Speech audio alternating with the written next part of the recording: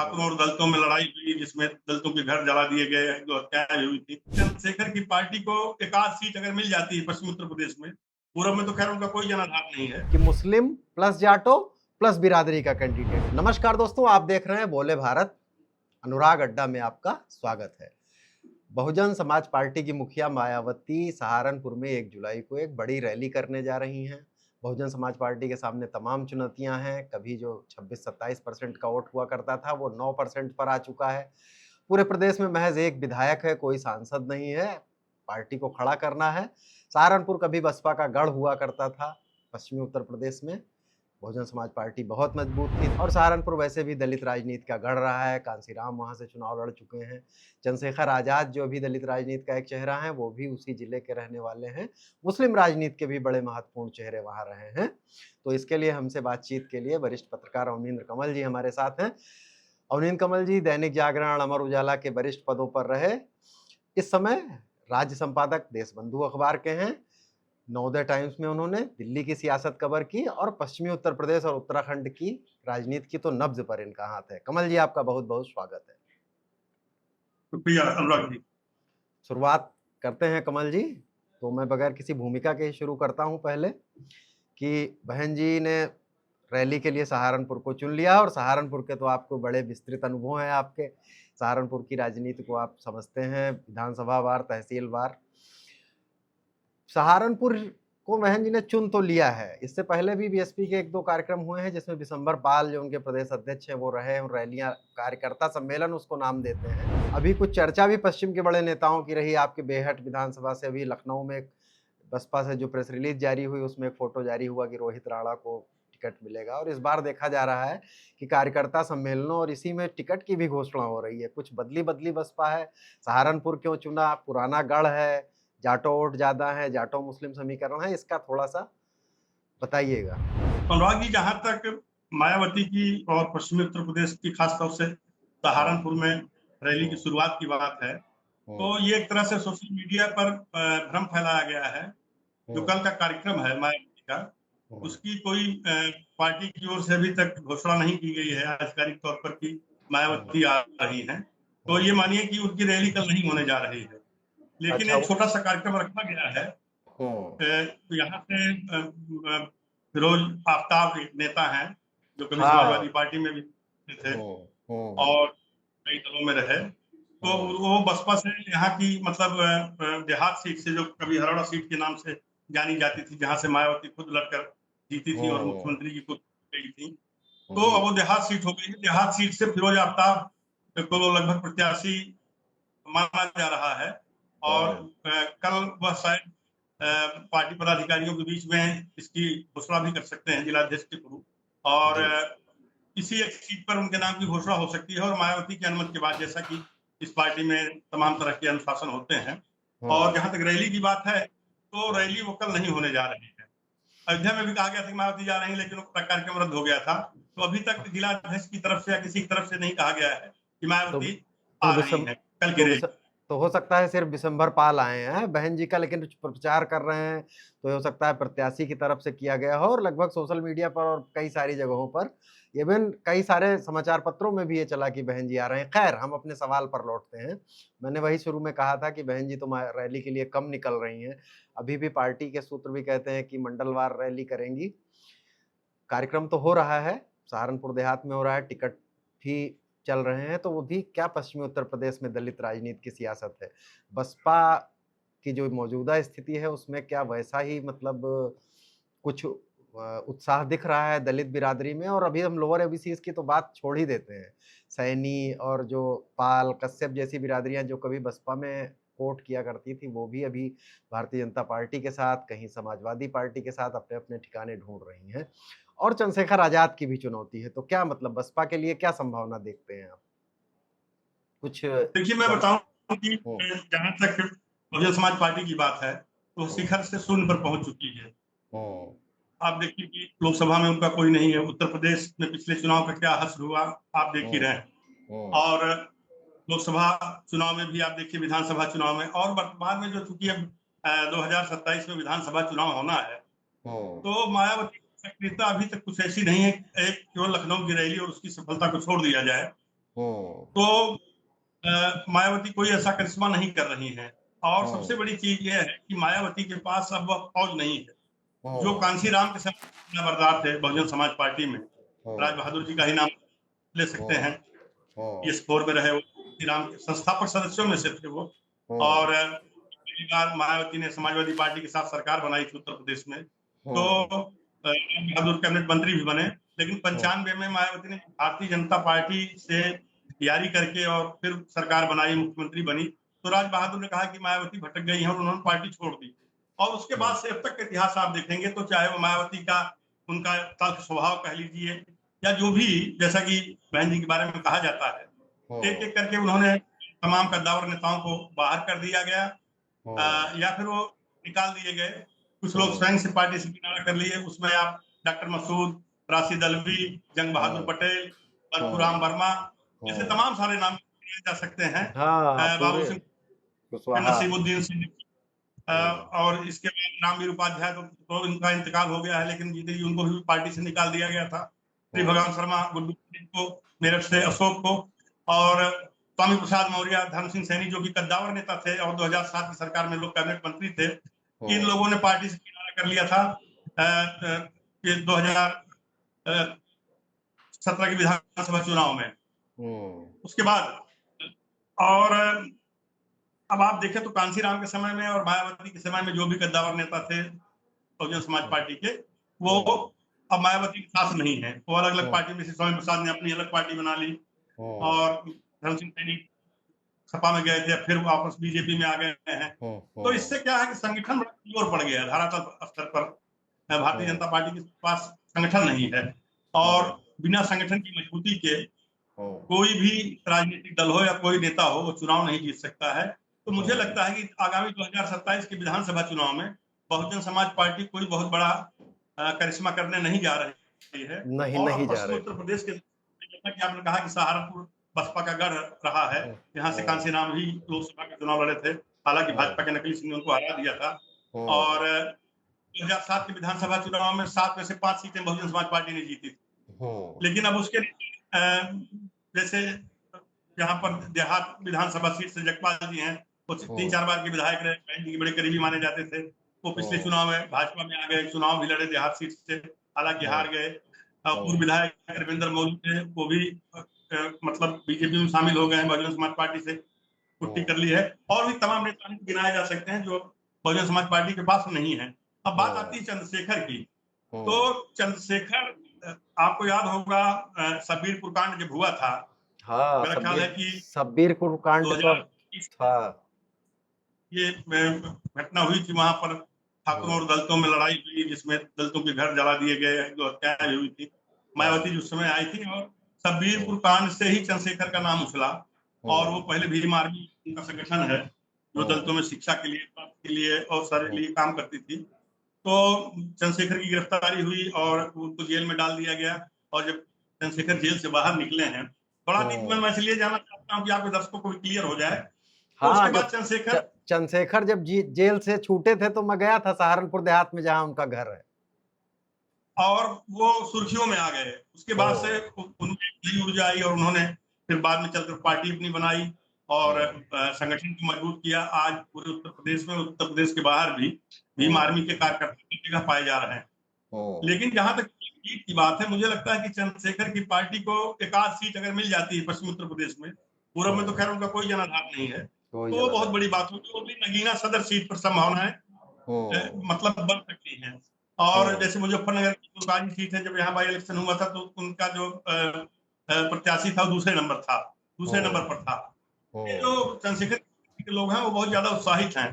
चंद्रशेखर की पार्टी के सबसे पहले यह है कि वो अगड़ी जातियों के बिल्कुल विरुद्ध हैं, और वो बोलते भी रहते हैं अपने भाषणों में सवर्ण समाज को लेकर के। आप देखिए कि आस्था कार्यकर्ताओं में, पदाधिकारियों में, चंद्रशेखर में भी लगातार इस पर ये लोग बयानबाजी करते रहते हैं। और कोई भी पार्टी हो, जब तक उत्तर प्रदेश जैसे राज्य में जहां पर जाति जटिलताओं में चुनाव उलझा रहता हो, तो वहां चंद्रशेखर कोई बहुत बड़ा गुल नहीं खिला सकते हैं। वैसे भी केवल दलितों में जाटो समाज के लोग उनके साथ हैं, वाल्मीकि समाज के लोग उनके साथ नहीं है, गुजरों का कोई बड़ा नेता नहीं है, जाटों का कोई बड़ा नेता नहीं है।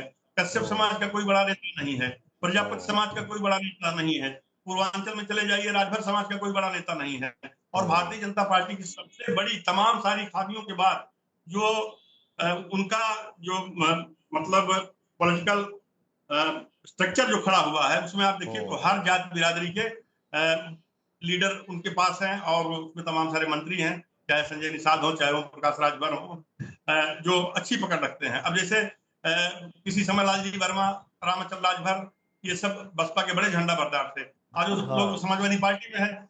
तो चंद्रशेखर ना तो पूरब में ना तो मिडिल में, अवध क्षेत्र में, पश्चिमी उत्तर प्रदेश में वो भी मेरठ बेल्ट है और मुरादाबाद, मुरादाबाद बिजनौर वाली बेल्ट में जो नई जनरेशन है वो उनमें चंद्रशेखर के प्रति है, करो या मरो वाली बात है। बाकी चंद्रशेखर को लेकर के मायावती को घबराने की जरूरत नहीं है। और तब फिर तब आपका तब एक चीज मुझे ये बताइए कमल जी कि आपने मायावती नहीं आ रही है, सहारनपुर का कार्यक्रम भी वैसे ही होगा जैसे अयोध्या में हुआ और अंबेडकर नगर में हुआ, और आपने कहा कि चंद्रशेखर की भी संभावनाएं आप ज्यादा नहीं देख रहे हैं, जाटो युवाओं में वो जरूर लोकप्रिय हैं, लेकिन बहन जी के सामने भी चुनौती है ही है। और अगर ये भी देखा जाए कि दलितों को एक मतलब मसीहा जैसे तलाश है कि आएगा, तब फिर दलित वोट जाएगा कहाँ? अब एक तो मेरे सवाल का एक पक्ष ये है, दूसरा पक्ष ये है कि जैसे कि एक पश्चिम के भी एक समय आपने बड़े कद्दावर पूरे प्रदेश के गिमाए, जैसे धर्म सिंह सैनी का उदाहरण दिया, पश्चिम वेस्ट यूपी में भी तमाम मुस्लिम लीडर्स को भी सक्रिय कर रखा था बहन जी ने, मुनकाद अली, नसीमुद्दीन भी जाते थे, मान लीजिए वो पश्चिम के नहीं थे, और तमाम सारे जो मुजफ्फरनगर में जो है कादिराना का परिवार था, ये सब लोग बसपा में हुआ करते थे, शाहिद अखलाक, हाजी याकूब बारी बारी से बसपा में आए। पश्चिम के संदर्भ में बात करें तो वो मतलब अब तो अपने अपने ठिकाने बना चुके हैं क्योंकि बसपा सत्ता में नहीं है। तो एक पहला सवाल ये रहेगा कि फिर दलित जाएगा कहाँ? फिर मतलब दलितों का वोट बटेगा, बोस्का वोटों का वैसा कंसोलिडेशन, वैसा कोई ध्रुवीकरण जैसा नहीं दिख रहा है आपको। क्या मतलब फिर उसकी राजनैतिक भूमिका और राजनैतिक संभावना क्या होगी? पहला इस सवाल में दलितों की, फिर मुसलमानों पर आएंगे। देखिए, जहां तक दलितों की वोट की बात है, मायावती भी मतलब जो दलितों में अगर आप उसका वर्गीकरण करें, जैसा कि किया जाता है पॉलिटिकल उसमें, तो जाटो समाज का वोट है।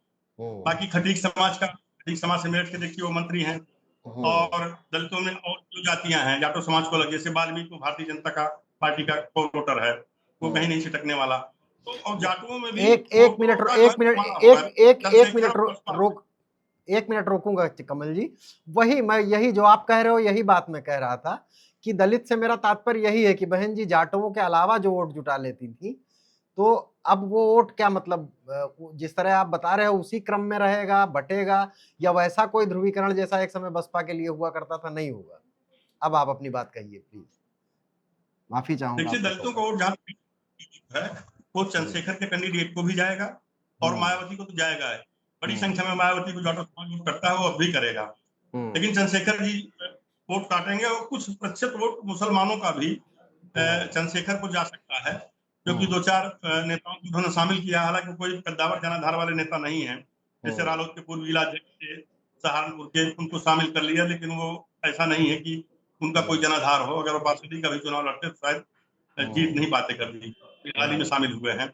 और 1-2 गुर्जर नेताओं को भी चंद्रशेखर ने अपनी पार्टी में शामिल किया है। आज ही पूर्व IPS प्रेम प्रकाश भी आजाद समाज पार्टी में शामिल हुए हैं। तो बड़ा चेहरा कोई नहीं है, और भाजपा ने जो जाति समीकरण साधा है, चाहे वो ओबीसी हो या दलित समाज का वोट हो, आप देखिए जो अभी संगठन की घोषणा हुई उसमें जाटो समाज का कोई नहीं है पश्चिमी उत्तर प्रदेश में। उन्होंने इतना कार्य कर दिया है, दलितों में जाटो समाज का कोई नहीं। पश्चिमी उत्तर प्रदेश के जो यहाँ पश्चिमी प्रदेश अध्यक्ष बनाए गए थे मोहित बेनीवाल, वो जाट बिरादरी से, के बाद सिसोदिया जी को बनाया गया राजपूत बिरादरी से।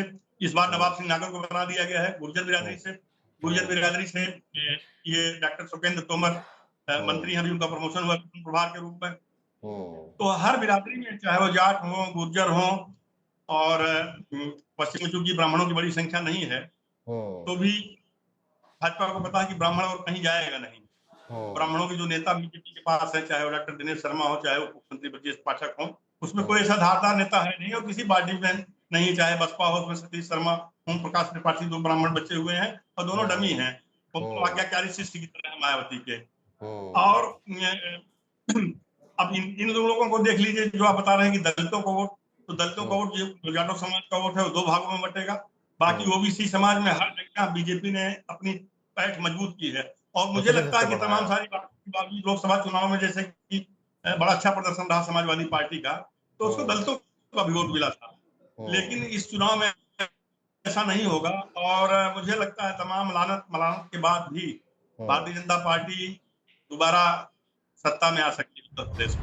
हाँ, दलितों के जो मतलब वोट का बताया कि जाटो समाज का वोट ही मुख्य रूप से आजाद समाजवादी या पार्ट और बहुजन समाज पार्टी के लिए अभी आपको दिख रहा है कि जाएगा, वो भी 2 पार्टों में बटेगा। अब इस पर थोड़ा बात मुसलमानों के वोट पे भी कर लेते हैं। बाकी आपको कोई कंसोलिडेशन दलितों में एक बृहद दलित एकता जैसी कोई बात नहीं दिख रही है, यानी कि ऐसा है। मुसलमानों देखिए, बसपा के लिए मुझे जो लगता है कि बसपा की जो रणनीति है और जो अभी उनके बयान, नेता, कार्यक्रम देखे जाएँ, तो उनका वही है कि वो भी पार्टी भी शायद ये समझ रही है कि अब फिलहाल पार्टी के पास जाटो वोट ही है। अब उसमें वो मुसलमान जोड़ना चाहती है प्लस बिरादरी का कैंडिडेट देना चाहती है। अभी सहारनपुर वगैरह के ही तमाम सारे नाम, मेरठ के कुछ नाम आए कि बहन जी ने उनको पार्टी में शामिल कराया। बेहट से कोई रोहित राणा का नाम चर्चा में है। ऐसे ही बहुत सारे जो विधानसभा आ रहा है, आपने फिरोज आफ्ताब का नाम अभी लिया ही था। तो ये समीकरण बसपा के लिए कितना पुख्ता बैठेगा, उसमें खास तौर से मुसलमानों के संदर्भ में कि मुस्लिम प्लस जाटो प्लस बिरादरी का कैंडिडेट रोहित राणा या मान लीजिए किसी और बिरादरी का कहीं दिया, ये कुछ काम करेगा? देखिए, मुसलमान जो है वो भारतीय जनता पार्टी की सरकार से एक तरह से सहमा हुआ है और सत्ता परिवर्तन तो चाहते हैं मुसलमान, लेकिन अब वो हताशा की स्थिति में है। जो हालात दिख रहे हैं, जैसा समीकरण नजर आ रहा है, हमने मुसलमानों को भी कहते सुना है कि भाई कुछ भी हो, सरकार तो जो है बीजेपी की आ रही उत्तर प्रदेश में। अभी से लोगों को यह है, दरअसल मायावती फॉर्म में नहीं है। जब 2007 में मायावती सरकार बनी थी, तो लोग समाजवादी पार्टी की उस समय की जो सरकार थी, जब मुलायम सिंह यादव मुख्यमंत्री बने थे, और तो तमाम सारी चीजें थी, मतलब सत्ता विरोधी लहर पैदा करने में मायावती कामयाब हुई। और उन्होंने जो सोशल इंजीनियरिंग सब बसपा से ही निकला है। तो उन्होंने ब्राह्मणों को बड़ी संख्या में टिकट दिया और मुसलमानों को दिया टिकट। और एक तरह से जो सत्ता विरोधी लहर थी, तब भाजपा का कहीं कोई वो नहीं था, कोई टिकट लेने वाला नहीं मिल रहा था। तो उसकी वजह से इसकी धुर विरोधी बसपा जो है वो बहुमत से आती है उत्तर प्रदेश में, और मायावती चौथी बार तीसरी बार सूबे की सुल्तानी करती हैं। लेकिन अब वो स्थितियां बदल चुकी हैं। मुसलमानों को पता हो गया कि अगर हम बहुजन समाज पार्टी को वोट दे रहे हैं तो समझो गड्ढे में जाएगा, चाहे कोई भी कैंडिडेट हो।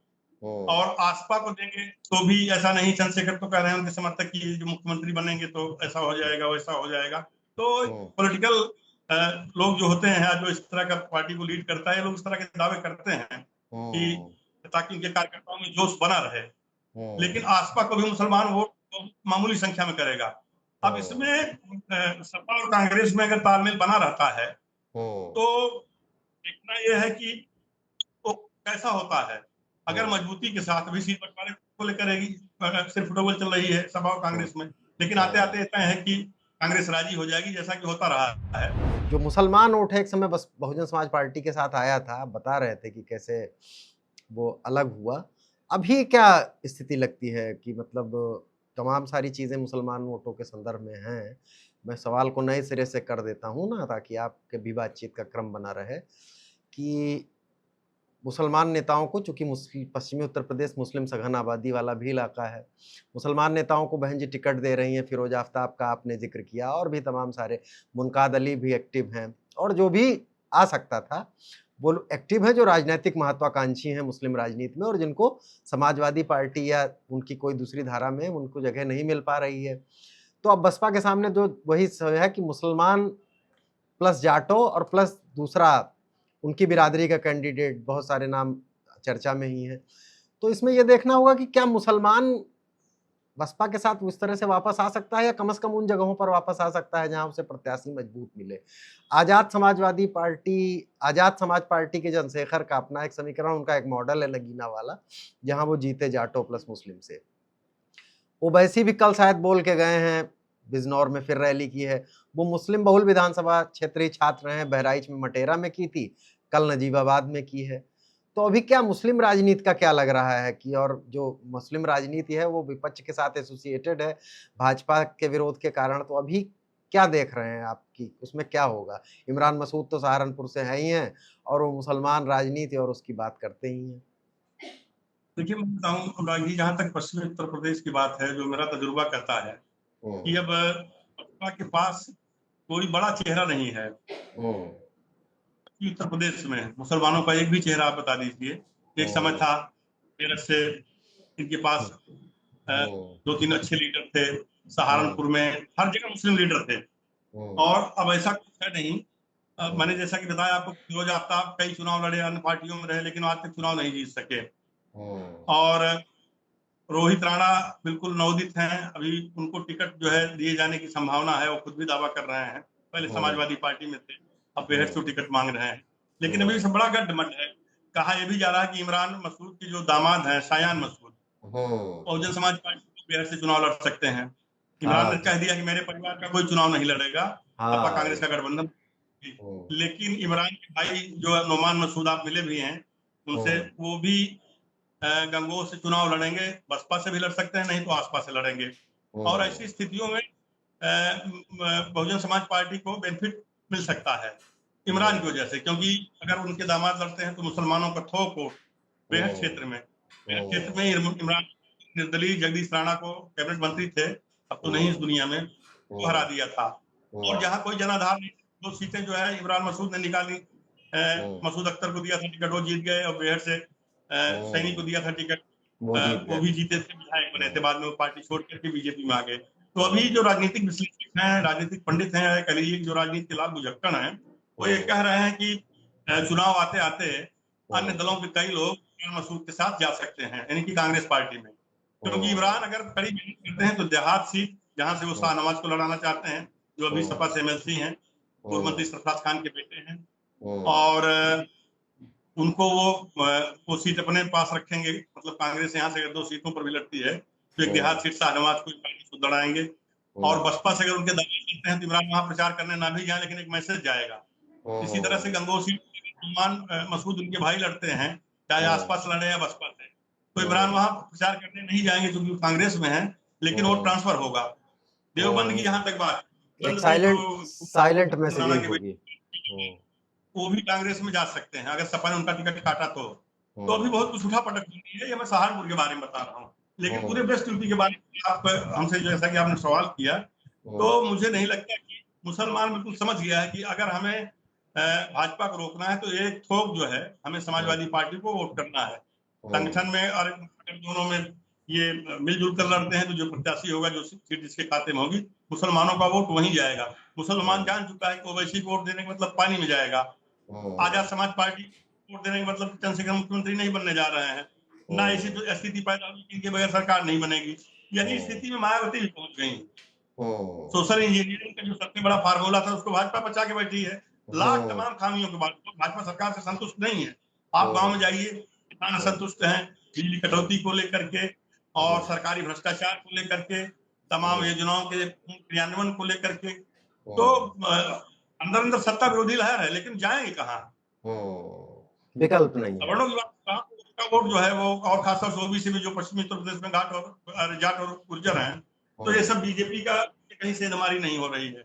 मुसलमान अगर वोट भी समाजवादी पार्टी को देता है, जैसा कि प्रबल संभावना है, तो इसको यहाँ फायदा होगा।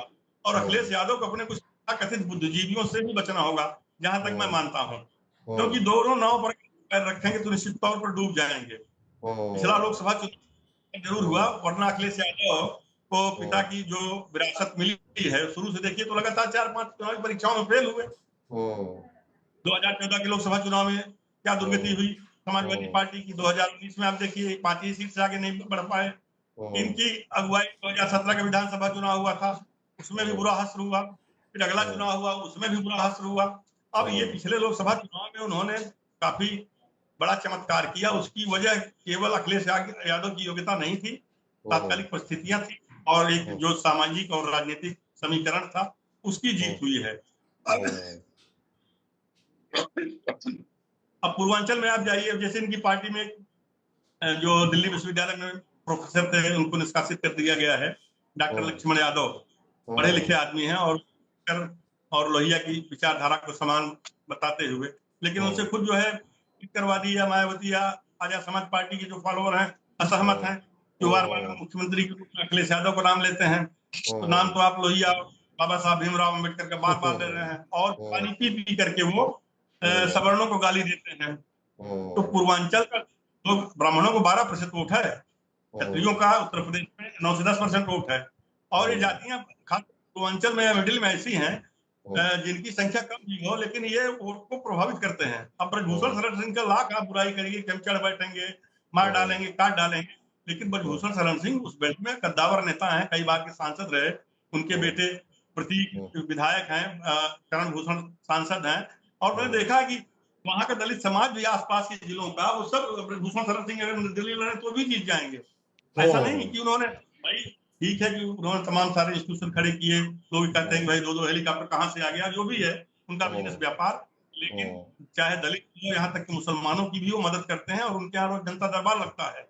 चाहे किसी की बेटी की शादी राजा भैया वगैरह का है, तो ये लोग मतलब इनके इतने चाहते हैं कि वो दलित समाज भी इनको वोट करेगा। वहां आसपास कोई नहीं पूछने वाला, ना बहुजन समाज पार्टी पूछेगा। तो ऐसे तमाम प्रभावशाली हैं। तो कमल जी, हम लोग अपनी बातचीत पे फिर से वापस लौटते हैं। बहन जी तो सहारनपुर नहीं आ रही हैं, प्रेम प्रकाश शामिल हो गए हैं आजाद समाज पार्टी में। तो मतलब एक समय जब ब्यूरोक्रेट्स वगैरह, जो दलित ब्यूरोक्रेट्स थे, वो जब रिटायर हुआ करते थे तो बसपा उनका ठिकाना हुआ करती थी। अब पिछले सालों से भाजपा सत्ता में है तो भाजपा की तरफ जा रहे हैं, प्रेम प्रकाश इसमें आए हैं। तो ये भी एक बार, कई बार होता है कि जो राजनीतिक विशिष्ट वर्ग है वो 16 संकेत भी देता है, लेकिन आप कह रहे थे कि क्या ऐसा कुछ है कि जो दलित वोट दिख रहा है, आपको लग रहा है कि बटेगा? तो अब मुझे ये बताइए, ये आखिरी सवाल है आपसे, कि जो खास तौर से पश्चिम के संदर्भ में, कि क्या चुनावी माहौल रहने वाला है? जैसे प्रेम प्रकाश के अगर हम एक तौर सैंपल के तौर पर लें तो ये कहा जा सकता है कि उसके कुछ लोग चाहते हैं कि आज चंद्रशेखर मजबूत हो। भाई प्रेम प्रकाश भी ब्यूरोक्रेट आईपीएस रहे हैं, और एक समय देखिए, आपको याद ही होगा, ब्रजलाल और जो भी दलित ब्यूरोक्रेट रिटायर होते थे, बीएसपी उनका ठिकाना होती थी। इसको कोई संकेत माना जाए, या ये महज एक इत्तेफाक है, या फिर क्या पश्चिम के संदर्भ में रहेगी पॉलिटिक्स? देखिए, समाजवादी पार्टी के पास वहाँ सिर्फ मुस्लिम वोट है, कोई यादव बेस वोट नहीं है, उसको जोड़ना ही पड़ेगा, या तो गुर्जर या जाट चूंकि जयंत चौधरी भाजपा के साथ हैं तो वो थोड़ा मुश्किल काम है, गुर्जर रैली की है। तो समाजवादी पार्टी की क्या संभावना है? बहुजन समाज पार्टी की क्या संभावना है? चूंकि बहन जी का कोर इलाका रहा है, कई इलाकों से इधर विधायक रही हैं, वो सक्रिय रही हैं, खुद पश्चिम की ही रहने वाली हैं, और भारतीय जनता पार्टी जो कि इस वक्त फिलवक्त काफी मजबूत लग रही है। पिछले विधानसभा चुनाव में से झटका जरूर लगा था थोड़ा, जो किसान आंदोलन के समय, खासतौर से मेरठ मुजफ्फरनगर मंडल में। तो इन तीनों के बारे में एक 4-4 लाइन में टिप्पणी कि तीनों के लिए क्या क्या सूरतें हो सकती हैं, पक्ष विपक्ष दोनों की। देखिए अनुराग जी, पश्चिमी उत्तर प्रदेश में विधानसभा चुनाव में जो मुख्य लड़ाई होगी वो भारतीय जनता पार्टी और समाजवादी पार्टी के बीच में। चंद्रशेखर आजाद और कटवा की भूमिका में रहेंगी उनकी पार्टी, ओवैसी की लगभग यही स्थिति रहेगी। बहुजन समाज पार्टी को 2-4 सीट मिल सकती है। जैसे मैंने बताया कि सहारनपुर में संभावना है कि अगर सायान मसूद बनते हैं, जो कि इमरान मसूद के दामाद हैं, भले इमरान कांग्रेस में प्रचार करने न जाए, निकल ऐसे एक इमरान की वजह से मिल जाएगी मायावती, लेकिन मायावती सरकार बनाने की स्थिति में आ जाए ऐसा कदापि नहीं है, या आजाद समाज पार्टी जो है वो सरकार बनाने की स्थिति में आ जाए नहीं। आजाद समाज पार्टी को मैंने कहा कि 1-2 सीट खासतौर से नगीना सदर पे, वहाँ क्योंकि मुस्लिम वोटर ज्यादा हैं और उनको लगता है कि यहाँ से, वहां से चंद्रशेखर नगीना से सांसद भी हैं, निकल सकती है। बाकी बीजेपी का प्रदर्शन बागपत से लेकर के बलिया तक वो बहुत कांटे का होगा, और समाजवादी पार्टी को नाको चने चबाने पड़ेंगे, क्योंकि भाजपा का जो कोर वोट बैंक है, मंदिर चोरी को छोड़िए, बेरोजगारी छोड़िए, पेपर लीक की छोड़िए, अपराधों की बात छोड़िए, उनका तो वोटर तो इसी बात से खुश हो जाता है। योगी आदित्यनाथ जी कहते हैं मंच से कि हमने इतने इनकाउंटर करा दिए, इतने का पैर लंगड़ा हो गया, और ये तो जो वोटों का ध्रुवीकरण है वो अपने आप हो जाता है। लोग बूथ तक जाते जाते कहते हैं चलिए जो भी है यार, महंगाई झेल लेंगे, जो भी है बिजली कटौती झेल लेंगे, तो यार भाजपा को ही देना है। तो स्थिति ये है। तो बसपा ऐसा कोई करिश्मा नहीं कर रही है। अब देखो उनके जो भतीजे आकाश आनंद, उनमें बड़ी सारी संभावना है, मैंने उनका एक भाषण भी सुना। लेकिन एक बार आक्रामक हुए सीतापुर में, कहा कि इसराइली में तो बहन जी ने उनको एकदम आउट ही कर दिया था। इस समय भी गायब है।